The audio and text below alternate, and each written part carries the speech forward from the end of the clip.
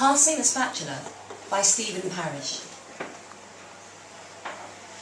My mother-in-law's secret potato salad recipe remained a secret for years. The family often convened behind her back to debate how best to extract it from her, to ponder what the consequences would be if she didn't pass it along before going to heaven, to wonder how we'd cope with the loss. Rich and creamy, the sliced potatoes just the right firmness and seasoned exquisitely. The salad inspired moaning at my mother-in-law's dinner table. No conversation took place during its consumption. To speak even of divine things while chewing those heavenly morsels would have been sacrilegious. It contained much of the usual stuff, of that we can be sure. Mayonnaise, diced pickles, miscellaneous spices. Over the years we were able to identify specific ingredients and estimate their proportions. But one ingredient eluded us. We knew it was there, we just couldn't tell what it was. Enough of it was present to affect the flavour, yet not enough to allow identification, despite our best course of analysis.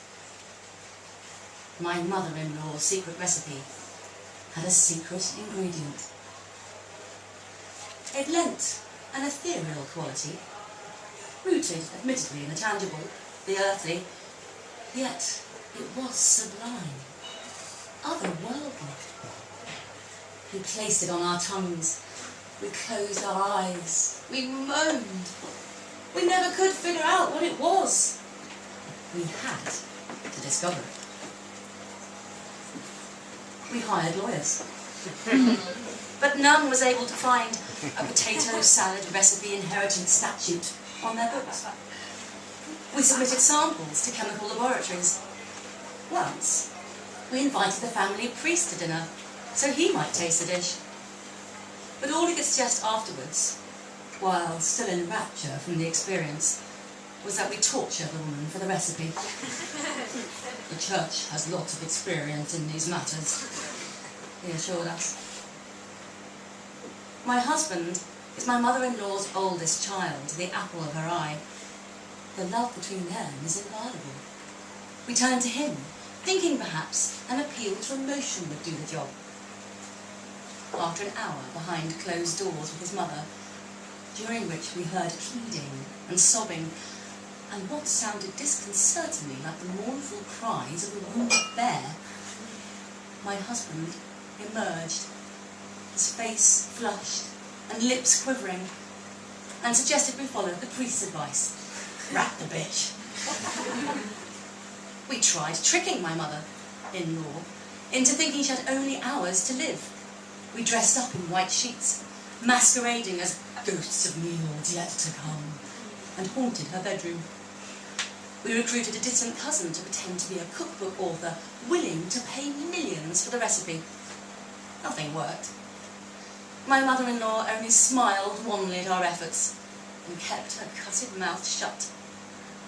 Time to get the priest, I concluded. The consent was unanimous.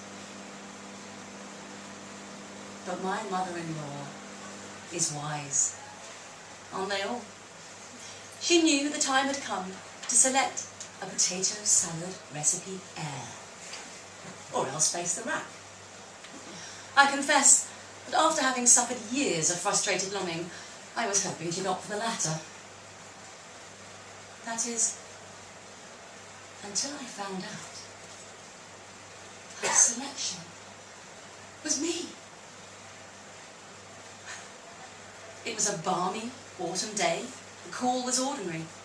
Can you come over for a minute? Naturally. I always came when my mother-in-law called. When I arrived, she handed me the key to the basement door and beckoned with her index finger. Follow. She led me into a corner of the basement where she pulled a string, switching on a light bulb that protruded nakedly from the cement wall. The light glowed in muted orange, diffused by dust and sagging cobwebs. She looked around to make sure we were alone. I did too, although it was quite a stretch to imagine anyone lurking among the cardboard boxes and shriveled spiders. She leaned towards me, placing her lips near my ear. She hesitated.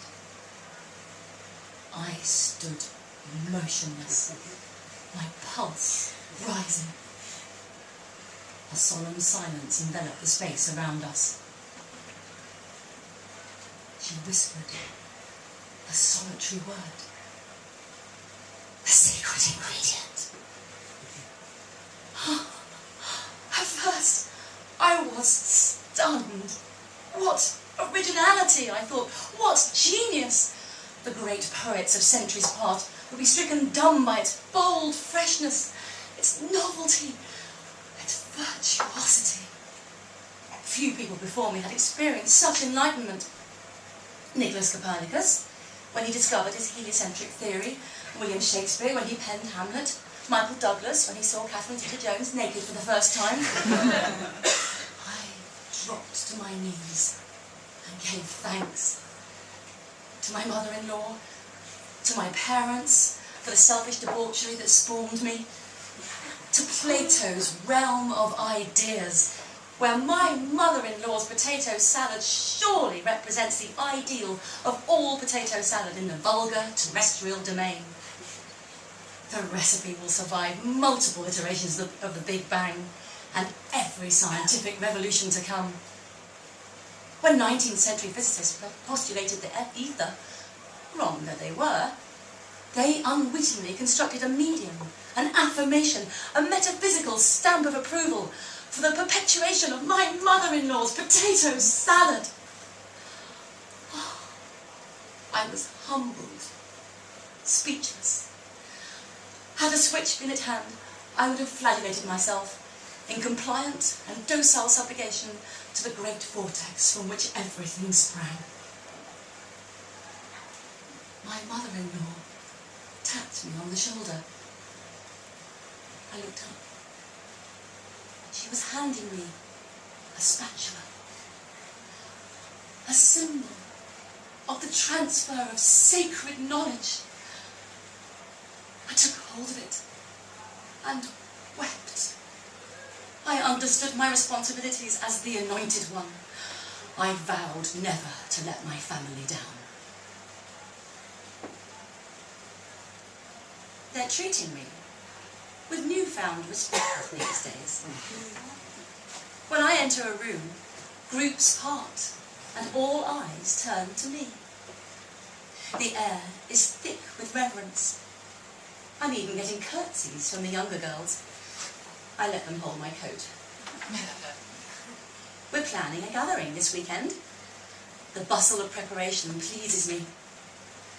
I happen to spy a couple of my uncles secretly building me a new kitchen counter. I'm touched. The counter is large and rectangular, like a medieval door. And it has ropes, spools, and a hand crank. Looks like I'm going to be making a lot of potato salad. I can't wait to try it out. A big crowd is expected. Even the family priest has been invited.